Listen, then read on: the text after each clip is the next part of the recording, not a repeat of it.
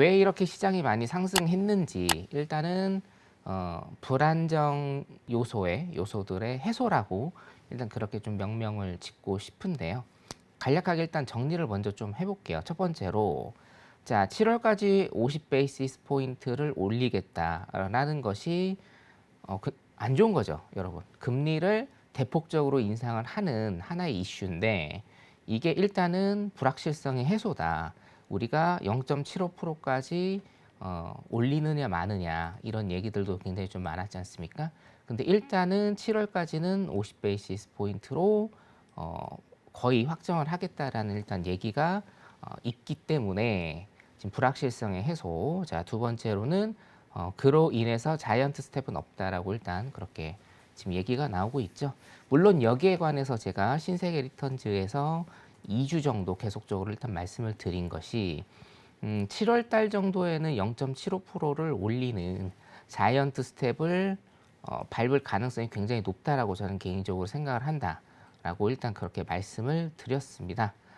여러 가지 뭐 기술적인 기본적인 이런 분석들이 나와 있는데 제가 보기에는 이 물가가 어느 정도 빠른 속도로 하강을 하는지에 따라서 이 0.5%를 올릴지 0.5%를 올릴지 0.75%를 올릴지에 대한 그런 기준이 될 것이다. 그런데 자 물가 같은 경우에는 지금 굉장히 더디게 일단은 하강을 하고 있고 물가가 피크아웃 됐느냐 안 됐느냐에 대해서는 뭐 이론의 여지는 없을 것 같습니다. 저 또한 물가가 3월, 4월 정점을 기점으로 피크아웃 됐다라는 데는 동의를 하는데요. 제일 중요한 것은 어느 정도 빠르게 물가가 하강을 할 수가 있느냐거든요.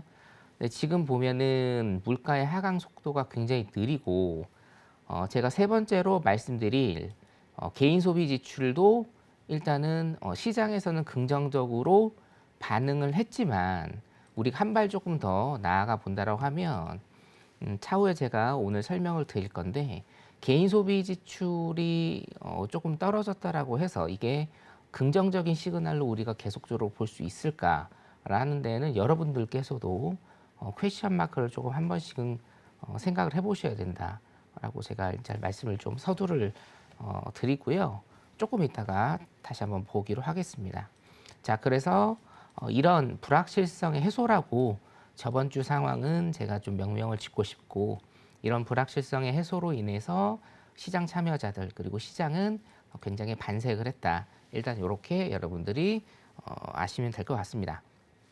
자, 이번 주도 굉장히 중요한 지표들이 좀 많이 있는데요. 소개를 조금 해드릴게요. 첫 번째로 내일입니다. 내일 오전 11시에 중국 제조 구매자 관리 지수 굉장히 좀 중요한 지수 일단 있고요. 수요일 날은 미국의 제조 구매자 관리 지수 있습니다. 이 지표 같은 경우에는 제가 방송에서는 이렇게 불러드리고요. 노란톡방 여러분들 들어오시면 제가 상세히 어떻게 보는지 설명해 드리니까 노란톡방 들어오시면 될 것 같고요. 자, 목요일 날은 뭐 픽스 돼 있죠. 신규 실업수당 청구 건수. 자, 신규 실업수당 청구 건수도 굉장히 좀 중요하다. 사실은 이 실업률과 굉장히 좀 관련이 깊은 고용 지표이기 때문에 제가 뭐 항상 필립스 곡선 소개해드리면서 말씀 계속 드리죠. 물가는 경기 침체 없이는 잡히지 않을 것이고, 자 물가가 지금 떨어졌습니다. 그 다음에 후행적으로 3개월에서 6개월 정도 나타나는 현상이 뭐다? 실업률의 증가다. 근데 지금 같은 경우에는 실업률이 오히려 더 떨어질 수가 있기 때문에 사실은 굉장히 외관상으로는 물가가 떨어지면서 안정화가 돼가는 이런 모습을 보이는 것 같으나 내부적으로는 아직도 굉장히 불안한 상태다라고 제가 일단 그렇게 설명을 좀 드리고 싶고요. 금요일 같은 경우에는 한 달에 한 번 있는 굉장한 이벤트죠. 비농업 지표 있고 실업률 지표 일단 있습니다. 제가 말씀드린 실업률 굉장히 잘 체크를 하시면 될 것 같습니다. 자, 나스닥 관련해서 제가 말씀을 조금 드리겠는데요. 자, 일단은 바이든의 행보, 물가를 낮추기 위한 바이든의 행보입니다. 지금 보시면 바이든 같은 경우에 지지율이 굉장히 낮다라고 제가 설명을 드렸고 바이든과 바이든의 참모들이 지금 현재 대중무역 관세 인하 얘기가 계속적으로 일단 나오고 있죠. 왜 이런 얘기가 나오는지에 대해서 일단 제가 설명을 조금 드릴게요. 관세를 굉장히 조금 낮춰준다. 그러니까 우리가 사실상 생각을 해보면 미국과 중국의 경제 패권 전쟁 때문에 사실상 뭐 그렇게 크게 사이가 좋지도 않고 바이든 대통령이 또 우리나라로 왔지 않습니까? 거기에 중국이 굉장히 또 많이 반발을 했고요. 자, 그런데 바이든 같은 경우에는 왜 중국의 관세를 철폐해준다, 관세를 낮춰준다라는 얘기가 지속적으로 지금 나오고 있느냐에 대해서 제가 뭐 어려운 얘기 아니니까 짤막하게 일단 좀 설명을 먼저 드리겠습니다. 자, 중국 상품 같은 경우에는 상대적으로 미국 상품에 대해서 값이 쌉니다. 그죠? 값이 싸기 때문에 중국의 관세가 낮춰져서 미국으로 들어오면 어떻게 됩니까? 미국에 있는 미국 사람들을 비롯해서 미국에 거주하는 사람들은 중국의 상품을 더 많이 살 수 있겠죠. 가격 경쟁력이 당연히 있으니까요. 그렇죠? 자, 그렇기 때문에 자, 미국 사람들이 중국의 싼 상품을, 가격 경쟁력이 있는 상품을 산다라고 하면 어떻게 됩니까? 인플레이션이 낮아지는 효과가 있겠죠. 내가 100만 원짜리 미국 제품을 사는 것보다 60만 원의 제품을 사는 것이 인플레이션을 낮추는 효과가 있습니다. 지금 제가 말씀드린 100만 원의 미국 제품 그리고 60만 원의 중국 제품이란 이 비유가 사실은 우리가 저번 주에 시장에서 긍정적인 요소로 비춰졌던 개인 소비 지출하고 굉장히 밀접하게 연관이 되어 있습니다. 자, 요 개인 소비 지출 얘기도 제가 조금 이따가 다시 한번 말씀을 드리겠습니다. 자, 따라서 자, 중국의 가격 경쟁력이 있는 제품들이 미국에 들어와서 소비가 된다라고 하면 어떻게 되죠? 100만 원으로 잡히는 물가가 60만 원으로 잡히는 효과가 나죠. 그렇기 때문에 어떻게 됩니까? 물가가 떨어지는 이런 현상이 나타날 수가 있다. 자, 그래서 자, 사실은 정치공학적으로 제가 좀 말씀을 드려야 되는데 바이든 같은 경우에는 11월에 뭐가 있다고 제가 계속 말씀드립니까? 중간선거가 있죠. 근데 지금 지지율이 40%가 나오지 않아요. 발등에 불이 떨어졌습니다. 바이든이 지지율이 낮게 나온 두 가지 이유. 첫 번째, 아프가니스탄 철군이 하나 있었고 두 번째는 물가입니다. 미국 사람들은 바이든이 물가를 못 잡는다라고 생각을 해서 지지율이 굉장히 낮은 그런 현상을 보이고 있어요. 그러면 역으로 어차피 아프가니스탄 같은 경우에는 철군을 했기 때문에 어쩔 수가 없죠. 그럼 물가를 잡아야 됩니다. 물가를 잡기 위해서 모든 것들을 지금 던지고 있다. 여러분들 일단 그렇게 생각하시면 되고 그렇기 때문에 중국 제품에 대한 관세를 낮춰주겠다라는 얘기가 계속적으로 나오고 있다라는 겁니다. 자, 그러면 개인 소비 지출에 대해서 제가 지금 좀 설명을 좀 드릴게요. 자, 첫 번째로 돌아가서 자, 개인 소비 지출이 낮아졌습니다. 그렇죠? 개인 소비 지출이 낮아져서 굉장히 인플레이션의 긍정적인 효과로 해석이 돼서 저번 주 금요일부터 굉장히 큰 폭, 3일 정도 굉장히 큰 폭의 상승을 지금 이어가고 있습니다. 그렇죠?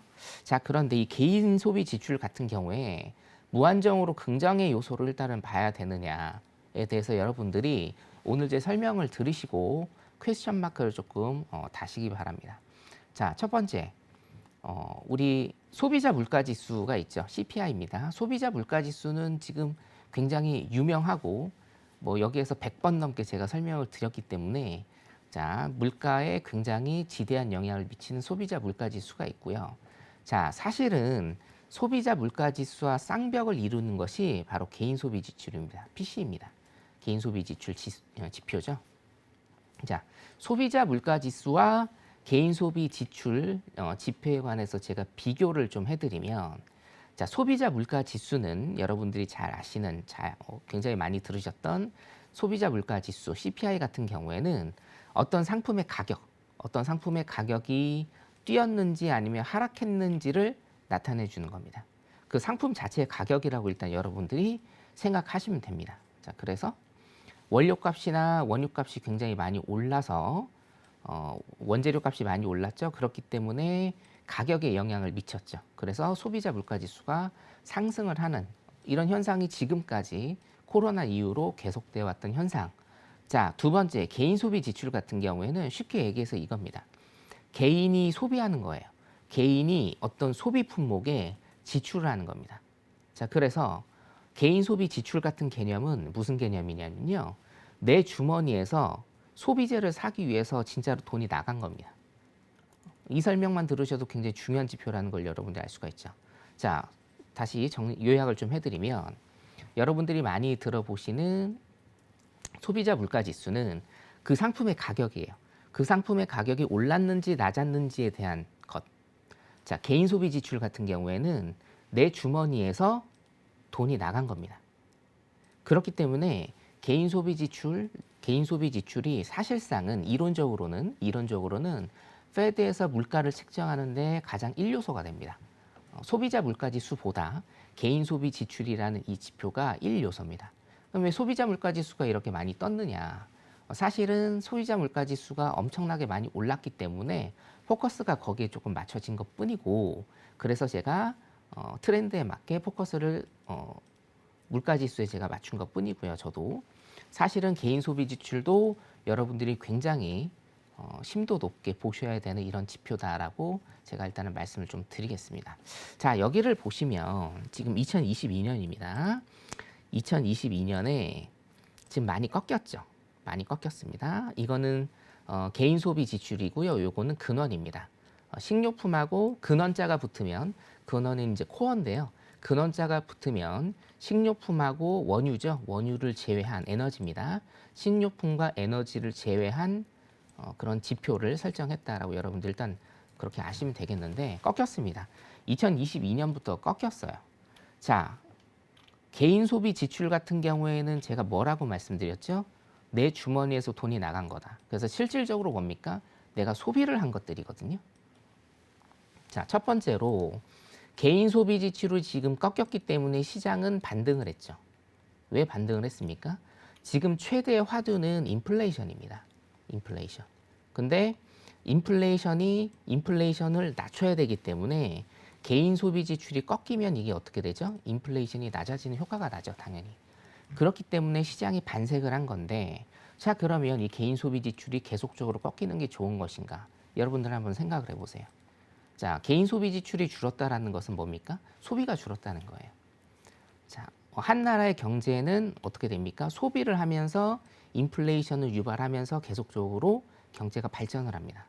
자, 그러면 이게 소비가 지속적으로 지금 꺾인다라고 하면 이게 과연 계속적인 긍정의 현상인가에 대해서 여러분들이 퀘션 마크를 다셔야 된다는 겁니다. 자, 경제 현상은 항상 한 면만 있는 거는 절대로 아니죠. 지금 금리를 올리는 이유는 뭡니까? 굉장히 과열됐기 때문이에요. 그래서 시켜야 됩니다. 자, 그러면 쿨다운을 시키는데 이게 굉장히 침체가 되면 어떻게 되죠? 금리를 낮춰야 됩니다. 붐업을 시켜야 돼요. 자, 이렇듯 경제는 사이클과 동전의 양면처럼 움직입니다. 경제 정책은.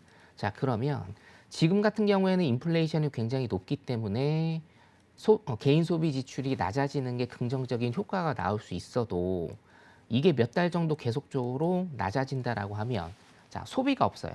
소비가 없다라고 하면 이건 뭡니까, 여러분? 경기 침체가 올 수 있다는 겁니다. 이해되시죠? 그렇기 때문에 여러분들 개인 소비 지출 지표도 굉장히 심도 높게 여러분들이 보셔야 된다. 사실상 지금은 두 가지를 다 보셔야 됩니다. 소비자 물가 지수가 어느 정도 기울기를 가지면서 떨어지는지. 자, 8.5%에서 8.3%, 0.2포인트밖에 지금 떨어지지 않았고요. 이제 다음 달 어떻게 되는지 일단은 봐야 되겠죠. 기울기가 너무 완만하죠. 기울기가 급격하게 내려가야 어떻게 됩니까? 페드에서도 금리 인상에 대한, 그리고 QT에 대한, 재정 긴축에 대한 이런 부담을 완만히 덮니다. 자, 그런데 이 물가가 떨어지는 이 기울기가 너무 만만해진다라고 하면 페드는 더 큰 충격 요법을 줄 수밖에 없습니다. 그래서 제가 자이언트 스텝을 계속적으로 말씀을 드린 거고요. 자,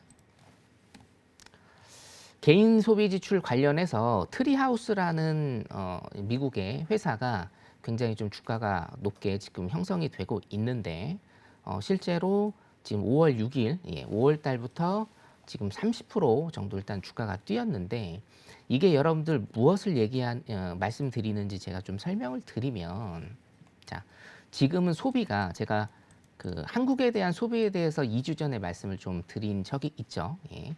김혜수 씨가 선전하고 예. 김태희 씨가 선전하는 그런 소비 성향이 일단은 바뀌었다. 그런 사이트에서. 자, 지금 이게 무슨 얘기냐면요, 여러분. 소비의 형향이 굉장히 양극화가 됐다라는 설명이에요. 무슨 얘기냐? 굉장히 비싼 명품을 사거나 아니면 정말 싼 제품을 삽니다. 자, 트리하우스 같은 경우에는 굉장히 저가의 상품을 파는 우리나라로 치면 뭐 다이땡이나 뭐 이런 그런 가게라고 일단은 기업이라고 생각을 하시면 되는데 굉장히 저가의 상품을 파는 이런 기업들의 주가가 엄청나게 많이 올랐다. 매출이 굉장히 많이 뛰었다라는 거거든요. 그럼 뭐냐? 사람들이 소비를 하기는 합니다, 여러분. 자, 이 미국의 소비 형태에 대해서 제가 분명하게 일단은 말씀을 드릴게요. 어떤 미디어나 이런 데에서는 굉장히 긍정적인 얘기만 나오고 있지만 그 속을 들여다보면 외형은 굉장히 화려할 수 있으나 지금 3일 동안 굉장히 많이 지수가 뛴 것이 외형적으로는 굉장히 화려할 수는 있으나 내면적으로는 문제점이 굉장히 좀 많다라고 판단이 돼요. 정말 돈 있는 사람들은 명품을 사거나 아니면 중산층에서부터 저소득층은 뭐를 삽니까? 돈이 많이 없기 때문에 지금 저가의 소비를 한다라는 겁니다, 여러분. 중간이 없다라는 얘기예요. 굉장히 싼 제품을 사거나 아니면 돈이 정말 많은 사람들은 명품만 사거나 소비가 굉장히 양극화가 돼 있다. 자, 개인 소비 지출 지표가 이렇게 하락을 하고 있고 소비의 양극화가 이렇게 되고 있다라고 하면 결론적으로는 뭐죠? 소비 침체가 올 수 있다라는 겁니다. 소비 침체가 오면 소비 침체가 바로 경기 침체다. 따라서 제가 계속적으로 말씀드리는 물가는 경기 침체 없이는 잡을 수 없다라는 게 일단은 계속적으로 제가 말씀을 드리고자 하는 이런 맥락이다 생각을 하시면 되고요. 차트 잠깐 보도록 하겠습니다. 자, 그러면 우리는 항생을 어디에서 일단 죄송합니다. 예, 나스닥을 우리는 어디에서 일단 봐야 되느냐의 문제인데, 자, 여기 보시면 전번에 말씀드린 예, 쌍봉이죠. M자형 패턴입니다. 쌍봉을 찍고 쌍봉 위로 올라가지 못하니까 전저 라인을 깨는 이런 모습을 일단은 보였고요. 자, 이번에도 일단은 마찬가지라고 생각을 하시면 됩니다.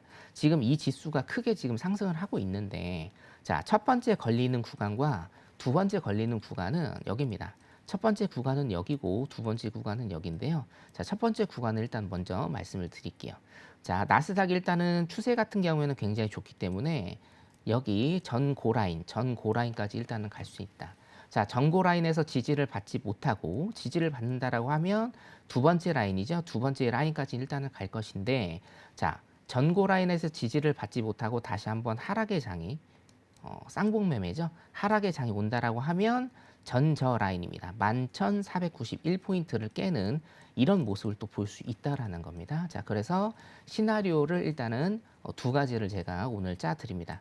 전고 라인입니다. 전고 라인이 지지를 받는지 안 받는지에 대해서, 자, 지지를 받는다라고 하면 다시 한번 2번 라인입니다. 여기 1번 라인이라고 하고 여기 2번 라인이라고 한다라고 하면, 자, 2번 라인까지 상승을 하는 시나리오 1, 그리고 전고 라인까지 갔다가 다시 한번 쌍봉을 그린다라고 하면 전저 라인 11,491포인트를 깨는 시나리오 2번 시나리오를 제가 일단은 말씀을 드리겠고요.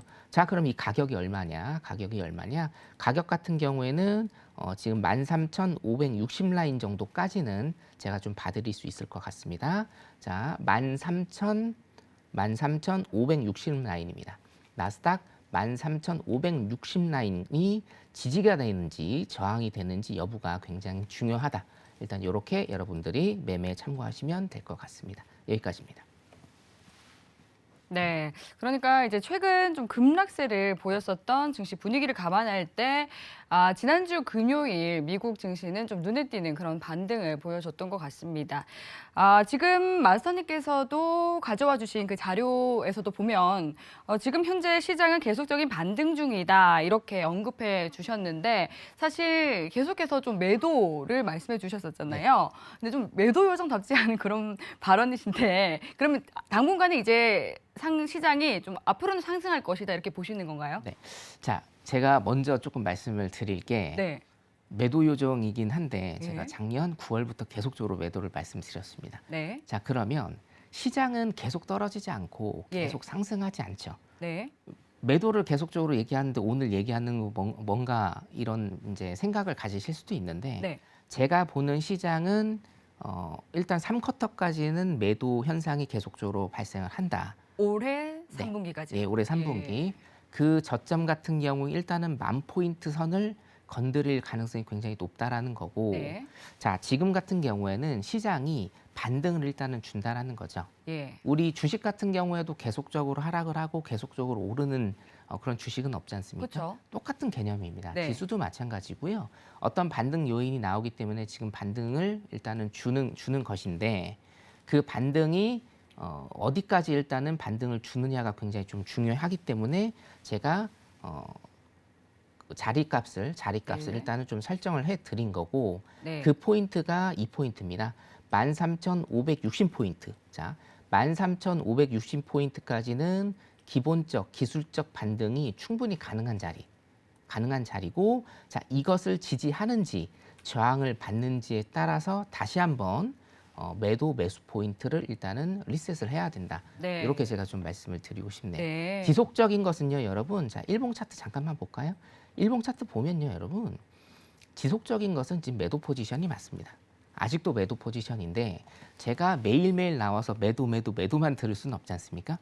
자, 그래서 시장에 중기적인 그림을 네. 잡아드린다라고 하면 지금은 반등이 나오는 시점이고 그 반등을 13,560포인트죠. 예, 13,560포인트까지는 시장의 반등의 모습으로 일단은 보셔야 되고 13,560포인트 도달했을 때 지지를 받는지 저항을 받는지에 따라서 제가 다시 한번 매수 매도 포지션을 정해 드릴 겁니다. 예, 그렇죠. 그리고 지금 보면은 차트에서도 이제 조금 올라와 있기 때문에 사람들이 지금 살짝 반등이 나오는 건가? 그리고 말씀해 주셨다시피 물가 그 피크아웃에 대한 기대감이 또 불거져 나오고 있기도 하고요. 그런데 또 이 자이언트 스텝에 대해서도 가능성이 있다라고 짚어주셨었잖아요. 6월, 7월에 대한 가능성은 아직까지도 있다고 보시나요? 네, 뭐 서두에도 말씀드렸지만 예. 7월에 0.75%를 갈 가능성이 저는 충분히 농후하다라고 일단은 여전히 가능성이 여전히 있다고 제가 보시는군요. 제가 일단은 계속적으로 일단 그렇게 말씀을 드리고 있는데 네네. 물론 협상 테이블에 없고 7월까지 0.5%를 올리겠다라는 건 확정이죠. 예. 거의 확정인데 자 그렇다라고 하면 0.5%가 확정이라고 하면 0.75%를 못 올릴 이유는 전혀 없다라고 봅니다. 예. 자 이유는 제가 아까도 말씀드렸다시피 네. 자 소비자 물가 지수나 아니면 개인 소비 지출 지표 같은 경우에도 외형적으로 오늘 제 주제는 사실은 그거거든요. 외형적으로는 지금 굉장히 화려해 보일지언정 내부적으로 어떤 분석을 해 보이면 아직도 많이 일단은 흔들리고 있다라는 거죠. 자, 그래서 이게 지금 중요한 게 뭐냐면요. 자, 큰 틀을 일단은 제가 좀 잡아 드릴게요. 큰 틀을 좀 잡아 드리면 제가 저번 주에도 말씀드렸죠. 미국 같은 경우에는 가계부채, 기업부채, 그리고 모기지론 대비 예금 자산 등이 굉장히 좋습니다. 사실은 이런 것 때문에 내부적으로 굉장히 펀더멘탈이 미국 경제가 강하기 때문에 파월이 굉장히 자신 있게 말할 수 있는 거죠. 미국 경제는 강하다라고.